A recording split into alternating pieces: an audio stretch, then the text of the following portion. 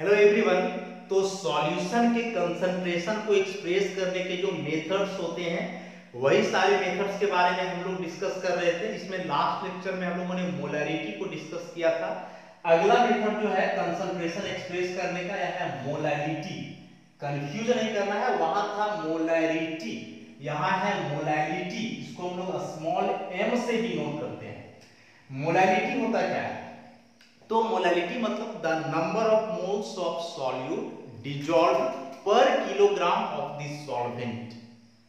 नहीं, क्या बताया कि मोलैलिटी का मतलब हुआ number of moles of solute dissolve पर किलोग्राम ऑफ द सॉल्वेंट, कि सॉल्वेंट का प्रति 1 किलोग्राम में सॉल्यूट का कितना नंबर ऑफ मोल्स डिजॉल्व है, वही उस सॉल्यूशन का कहलाएगा मोलैलिटी। तो यदि हम लोग यहां से मोलैलिटी का फॉर्मूला लिखना चाहे तो मोलैलिटी इक्वल टू लिख सकते हैं number of moles of solute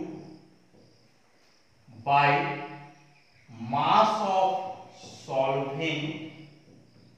mass of solvent, अब मास ऑफ सॉल्वेंट यदि किलोग्राम में दिया हुआ है तो ठीक, और यदि ग्राम में दिया हुआ है, जनरली ग्राम में ही दिया हुआ रहता है, number of moles of solute by mass of solvent. यदि ग्राम में दिया हुआ है इन ग्राम, तो इसको किलोग्राम में बदलना होगा, तो 1000 से डिवाइड करेंगे। ग्राम को किलोग्राम में बदलने के लिए क्या किया जाता है? 1000 से डिवाइड। अब किलोग्राम में बदलना अनिवार्य क्यों है? क्योंकि डेफिनेशन ही है मोलैलिटी का कि number of moles of solute dissolved पर किलोग्राम ऑफ द सॉल्वेंट। तो इस ग्राम को किलोग्राम में बदलोगे तो 1000 से डिवाइड करेगा। अब डिवाइड कर दिए तो ग्राम में नहीं रहा, ये बदल गया किलोग्राम में। अभी 1000 जो भी डिवाइड में है ऊपर जाके मल्टीप्लाई में, ऐसा इस तरह का फॉर्मूला हो गया। तो molality equal to number of moles of solute by mass of solvent in kilogram. यदि किलोग्राम में गिवन है तो कुछ नहीं करेंगे, यदि ग्राम में गिवन है तो उसको 1000 से मल्टीप्लाई करेंगे तो बदल जाएगा किसमें? किलोग्राम में। अब यदि हम लोग बात करें इसके यूनिट का, मोलैलिटी के यूनिट का, तो देखो फॉर्मूला है number of moles of solute. तो नंबर ऑफ मोल्स का फॉर्मूला होता है मोल, यूनिट होता है मोल। मास है तो मास का किलोग्राम या ग्राम, लेकिन किलोग्राम में लेना है तो मोल केजी। तो क्या हो जाएगा? मोल पर किलोग्राम। ऐसा याद करो, मोलैलिटी का जो यूनिट था ना, तो मोलैलिटी का यूनिट था मोल पर लीटर। ये था किसके लिए? मोलैलिटी के लिए। और ये किसके लिए है? मोलैलिटी के लिए। तो यदि डेफिनेशन नहीं याद रहता है ना तो आप यूनिट को याद रखो कि मोलैलिटी में है मोल पर लीटर, इसका मतलब हुआ number of moles of solute per litre of solution, और यहाँ है मोल पर केजी, मतलब number of moles of solute per kilogram of solvent, not solution. यहाँ सॉल्वेंट है और यहाँ पे क्या है? सॉल्यूशन। दोनों का अलग अलग बात हो गया यहाँ। तो ये था मोलैलिटी। होता क्या है? मोलैलिटी का यूनिट क्या होगा इसके आधार पर। अब याद करो, ये बताए थे टेम्परेचर का क्या इफेक्ट पड़ेगा, इफेक्ट ऑफ टेम्परेचर। ऐसा तो मोलैलिटी में मैंने क्या बताया था कि जो सॉल्यूशन का मोलैलिटी होता है वह टेम्परेचर का इनवर्सली प्रोपोर्शनल हो रहा था, मतलब टेम्परेचर बढ़ाने से उसका मोलैलिटी जो है वह डिक्रीज कर रहा था। अब मोलैलिटी में क्या होता है? तो फॉर्मूला देखो, मोलैलिटी का जो फॉर्मूला हम लिखे ना, number of moles of solute by mass of solvent, ठीक है। तो यहां से मोलैलिटी का फॉर्मूला आपका हुआ number of moles of solute, और नंबर ऑफ मोल्स मतलब given mass by molar mass. ऐसा given mass by molar mass, किसका? दोनों इस सॉल्यूट का हुआ, बाय मास ऑफ सॉल्वेंट। ऐसा है फॉर्मूला इसका, इस तरह का। अब देखो, इस पूरे फॉर्मूला में केवल मास ही आ रहा है, और मास उस प्रकार का क्वांटिटी होता है जो टेम्परेचर पे इंडिपेंडेंट होता है। मतलब किसी भी सब्सटेंस का जो मास है ना वह टेम्परेचर पे निर्भर नहीं करता है। यदि मास टेम्परेचर पे निर्भर करता तो लोगों का जो वजन है वह अलग अलग समय में अलग होता, क्योंकि टेम्परेचर तो वैरी करते रहता है ना, तो टेम्परेचर वैरी करने से हम लोग का वजन जो है, मास, वो थोड़ा ना वैरी करता है। ऐसा तो नहीं कि कोई आदमी ठंडा में यदि 50 किलो है तो गर्मी में टेम्परेचर बढ़ गया तो उसका वजन भी बढ़ करके 60 किलो हो गया, ऐसा नहीं है। मास जो है वह टेम्परेचर पे इंडिपेंडेंट होता है। अब चूंकि यहाँ जो मोलालिटी का फॉर्मूला है तो इस पूरे फॉर्मूला में केवल मास का ही टर्म आ रहा है, and since mass is independent of temperature therefore molality is also independent of temperature. मतलब मोलालिटी जो है टेम्परेचर पे डिपेंड नहीं करेगा, no effect of temperature on the molality of solution. इसीलिए जो है मोलालिटी को मोलारिटी से बेहतर समझा जाता है यदि सॉल्यूशन का कंसंट्रेशन एक्सप्रेस करना हो तब। दो टर्म है, मोलारिटी और एक अभी हम लोग यहाँ लिखे मोलालिटी, दोनों अलग अलग टर्म है। मोलारिटी जो है टेम्परेचर पे डिपेंड करता है, इनवर्सली प्रोपोर्शनल, लेकिन मोलालिटी जो है टेम्परेचर पे निर्भर नहीं करता है। मतलब एक ही सॉल्यूशन का यदि अलग अलग टेम्परेचर कंडीशन में मोलारिटी निकालोगे तो अलग अलग आएगा, लेकिन यदि उसी सॉल्यूशन का मोलालिटी निकालो अलग अलग टेम्परेचर कंडीशन में तो मोलालिटी हमेशा सेम आएगा। तो मोलालिटी टेम्परेचर पे इंडिपेंडेंट है जबकि मोलारिटी टेम्परेचर का इनवर्सली प्रोपोर्शनल है, और यह टेम्परेचर पर इंडिपेंडेंट होता है। इसीलिए मोलालिटी को मोलारिटी से बेहतर समझा जाता है यदि सॉल्यूशन का कंसंट्रेशन बतलाना हो तब। अब मान लो कि एक सिंगल सॉल्यूशन का मोलारिटी निकालना है, आज निकाले तो उसका मोलारिटी आया हम लोग का मान लो 0.2 मोल पर लीटर, ऐसा मान लें। अब उसी सॉल्यूशन का मोलारिटी आप कल निकाल रहे हो तो कल यदि टेम्परेचर थोड़ा सा इंक्रीज कर गया है तो मोलारिटी आपका 0.2 ना करके उससे कम आ जाएगा, 0.1 आ सकता है, 0.01 आ सकता है, ऐसे करके। तो सेम सॉल्यूशन था लेकिन अलग अलग कंडीशन में निकाले तो मोलारिटी अलग आ जाए। लेकिन यदि वही सॉल्यूशन का मोलारिटी निकालोगे ना तो मोलारिटी सेम आएगा, चाहे आज निकालो कल निकालो, चाहे किसी भी दिन निकालो, चाहे कोई भी टेम्परेचर कंडीशन में निकालो। इसलिए मोलारिटी जो है मोलारिटी से बेहतर होता है। बहुत इंपॉर्टेंट है, टेम्परेचर का इफेक्ट आता है। अब इसी में जो है कुछ और छोटे छोटे टर्म्स हैं, डेफिनेशन जो एग्जामिनेशन में आते हैं, जैसे 1 मोलर सॉल्यूशन या केवल मोलर सॉल्यूशन भी रह सकता है। तो मोलर सॉल्यूशन का मतलब उसका मोलारिटी है ऐसे, इसको 1 मीटर नहीं पढ़ेंगे, 1 मोलर पढ़ेंगे ऐसा। तो मोलर सॉल्यूशन का मतलब क्या हुआ या फिर 1 मोलर सॉल्यूशन। तो अभी क्या बताया मैंने कि मोलालिटी मतलब number of moles of solute per kilogram of solvent, ऐसा। तो यहां भी कुछ वैसा ही है। तो 1 मोलर है, इसका मतलब हुआ ऐसा कि 1 मोल पर केजी। इसका मतलब हुआ कि सॉल्वेंट का प्रति 1 किलोग्राम में सॉल्यूट का नंबर मोल कितना 1, मतलब यहां से ऐसे लिख सकते हैं number of moles of solute बराबर 1 मोल और मास ऑफ सॉल्वेंट बराबर 1 किलोग्राम। ये दो चीज हम लोग को पता चल जाता है। उसी प्रकार से यदि मोलर सॉल्यूशन ना रह करके सेमी मोलर सॉल्यूशन हो या हेमी मोलर सॉल्यूशन हो तो सेमी का मतलब आधा, तो ये 1/2 या फिर ऐसे रहेगा m/2। तो m/2 का मतलब ऐसे हुआ ना, 1/2 को अलग कर दो तो 1/2 और m का मतलब हो गया मोल पर केजी। तो 1/2 मतलब 0.5 मोल पर केजी। तो इस बार जो नंबर ऑफ मोल्स है सॉल्यूट का कितना आया 0.5 मोल आ गया, और सॉल्वेंट का मास कितना है तो केजी में मतलब 1 केजी। तो सॉल्वेंट का मास हमेशा फिक्स ही रहना है 1 किलोग्राम। यहाँ ही जो रहेगा वो डिफर करेगा, मतलब सॉल्यूट का number of mole.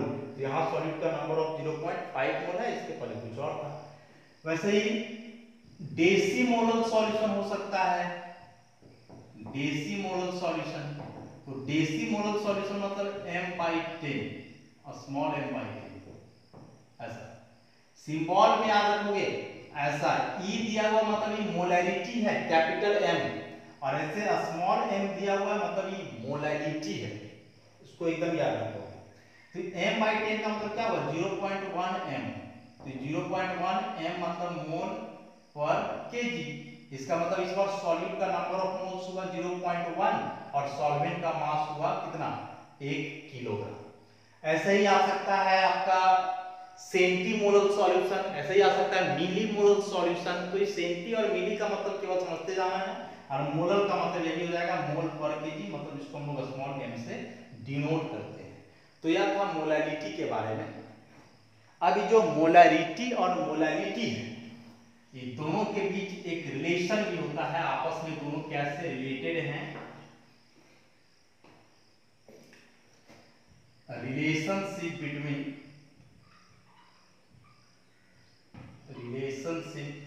Between molarity and molality of solution. तो किसी भी सॉल्यूशन का मोलैरिटी और मोलैलिटी के बीच क्या रिलेशन होता है, क्या संबंध होता है, इसके लिए एक फॉर्मूला हम लोग लिखते हैं, और फॉर्मूला इसके लिए होता है 1/m equal to d/m minus mb/1000।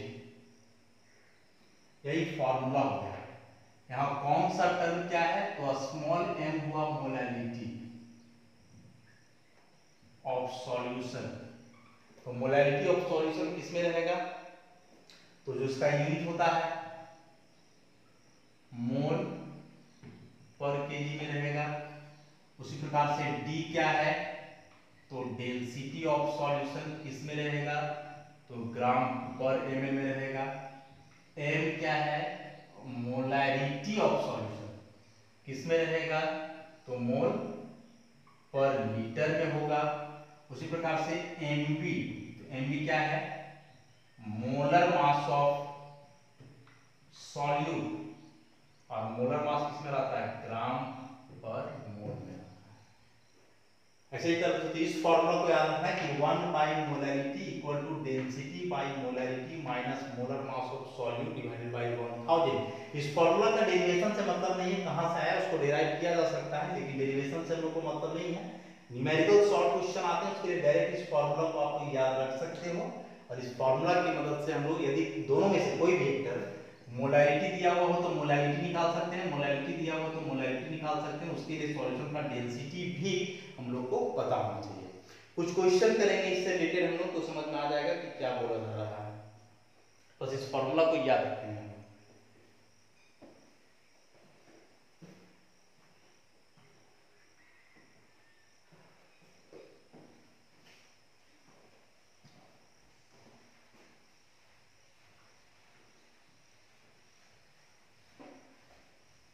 जैसे मान लो एक सिंपल सा क्वेश्चन हम लोग लिखें कि what is the molality of m/100, what is the molality of m/100 NaOH solution। लिखिए what is the molality of m/100 NaOH solution having density of 1.1 ग्राम पर ml। ऐसा क्वेश्चन है कि m/100 NaOH सॉल्यूशन दिया हुआ है, इसका डेंसिटी भी पता है, तो हम लोग को कैलकुलेट करना है क्या, मोलैलिटी।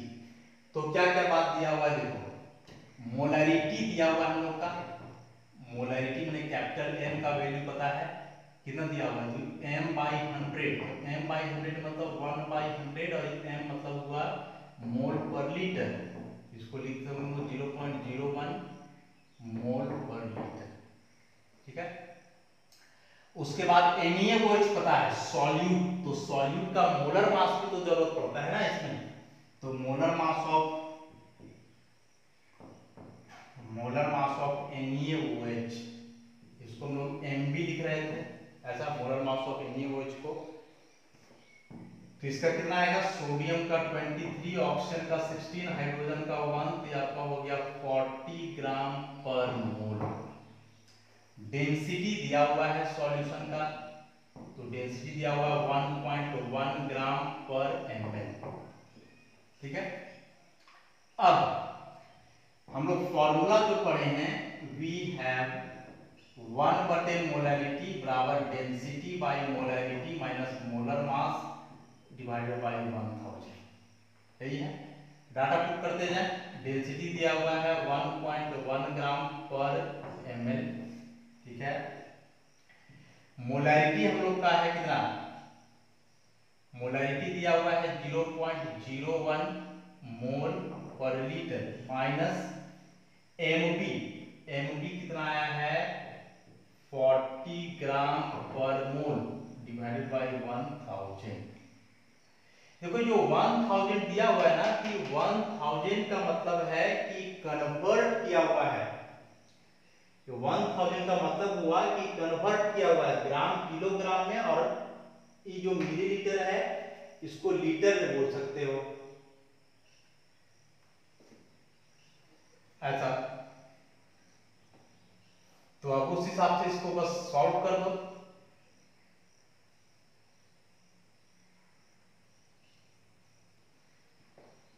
किलोग्राम में कन्वर्ट किया हुआ है ऐसा, तो सिंपली इसको सॉल्व कर देना है। 1.1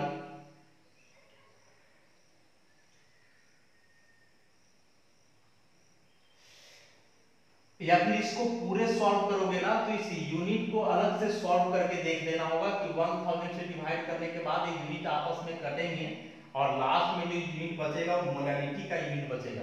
मोलैरिटी का यूनिट जो होता है मोल पर किलोग्राम, उसके हिसाब से। तो 1.1 डिवाइड बाय 0.01 माइनस 40 बाय 1000, इसको सॉल्व कर लोगे तो ये जो सॉल्व करेंगे वो हम लोग का निकलेगा 1/m का वैल्यू। तो मान लो 1/m का वैल्यू आपका यहाँ से सॉल्व करके आया x, तो m बराबर निकालोगे तो जाएगा 1/x मोल पर kg ऐसा।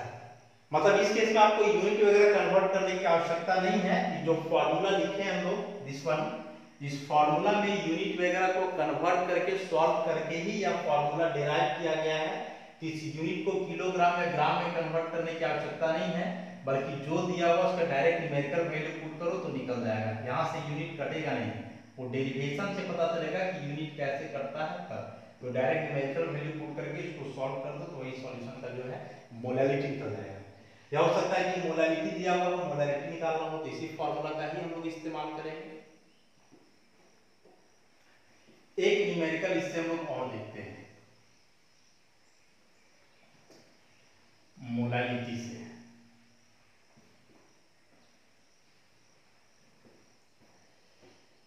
क्वेश्चन एग्जामिनेशन में आ सकता है, calculate the molarity of A solution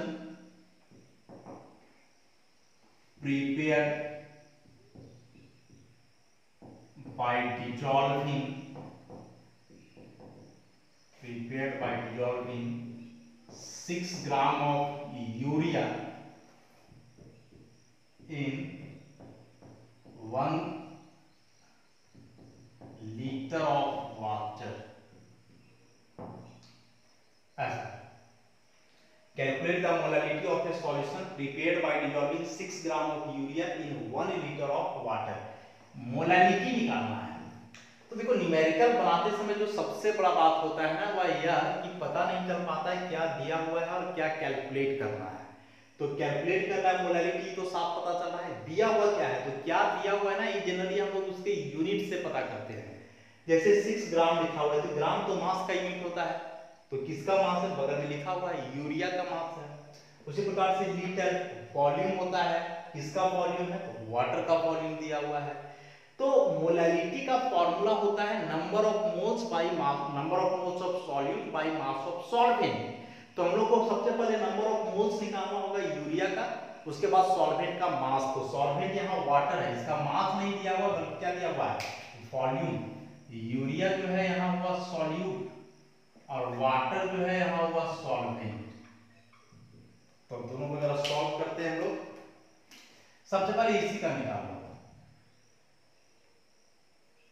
दिया हुआ है। सबसे पहले वॉल्यूम ऑफ वाटर 1 लीटर मतलब 1000 मिलीलीटर, इसको बदलते हैं मास में। तो डेंसिटी वॉल्यूम दिया हुआ है, तो डेंसिटी का फॉर्मूला था मास बाय वॉल्यूम, तो मास मतलब डेंसिटी इनटू वॉल्यूम, और डेंसिटी पता नहीं है लेकिन प्योर वाटर का डेंसिटी जो है उसको याद रखना होगा 1 ग्राम पर ml। तो यहां से हम लोग निकालें मास ऑफ वाटर कितना जाएगा 1000 ml इंटू मास, डेंसिटी इसका होता है 1 ग्राम पर ml। ऐसे मास बराबर यहां से डेंसिटी इंटू वॉल्यूम करोगे तो ये ml खत्म हो जाएगा, तो ये हुआ 1000 ग्राम। अब यहां से निकालो फिर अगला बात, number of moles of urea.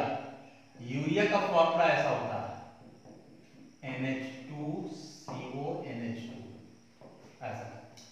तो फॉर्मूला इसका होगा गिवन मास बाय मोलर मास, इस तरह।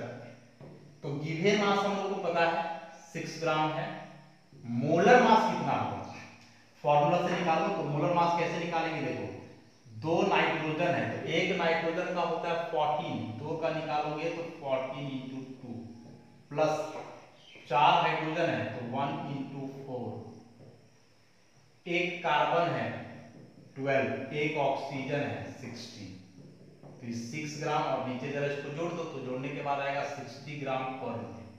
तो इस तरह से आ गया 0.1 पर मोल है, तो ऊपर जाएगा तो कितना जाएगा। तो सॉल्यूट का नंबर ऑफ मोल्स पता चल गया, सॉल्वेंट का मास पता चल गया, मोलैरिटी निकाल दो, एकदम आसान सा है। देयरफॉर सॉरी मोलैरिटी बराबर क्या हो जाएगा, number of moles of urea, solute पता चल गया ना, तो यहां सॉल्यूट नहीं लिखेंगे urea, bye mass of solvent, तो सॉल्वेंट की जगह वाटर लिखो। अब चूंकि मास यहां हम निकाले ग्राम में, तो 1000 से मल्टीप्लाई भी करना होगा, तो नंबर ऑफ मोल्स इसका कितना है 0.1 मोल। मास वाटर का हुआ 1000 ग्राम, लेकिन इधर 1000 से मल्टीप्लाई भी किया हुआ है तो ये बदल गया किलोग्राम में। अभी 1000 कट जाएगा तो ये हो जाएगा कितना, इसको हम लिख सकते हैं 0.1 मोल का मोल, और ये केजी ऊपर जाएगा तो हो जाएगा पर केजी ऐसा। तो मोलैरिटी इसका कितना निकल गया 0.1 मोल पर केजी। इसी को हम लोग ऐसे लिख सकते हैं 0.1 मोलल, या इसी को लिख सकता है m/10 स्मॉल m/10 ऐसा, इस तरह। तो देखो न्यूमेरिकल जो है ना आसान ही आते हैं, बस थोड़ा सा इसमें कंफ्यूजन होगा, कभी वॉल्यूम दे देगा तो कभी डेंसिटी देगा तो कभी मास दिया रहेगा, इस हिसाब से निकालना होगा।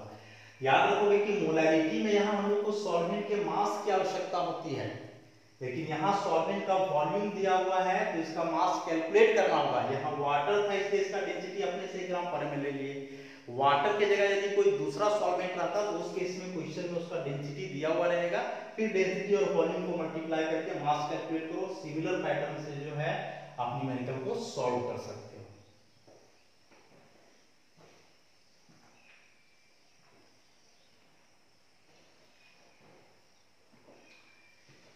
तो इस तरह से मोलैरिटी भी जो है हम लोग कंसीडर कर लिए। अभी तक क्या क्या हम लोग देखे कंसंट्रेशन में, तो सबसे पहला था mass percentage, volume percentage, volume percentage के बाद मास बाय वॉल्यूम परसेंटेज, फिर पार्ट्स पर मिलियन, फिर मोलैरिटी, और अभी आया मोलैलिटी। टोटल 6 मेथड्स हम लोगों ने कंसीडर किया है कंसंट्रेशन एक्सप्रेस करने का।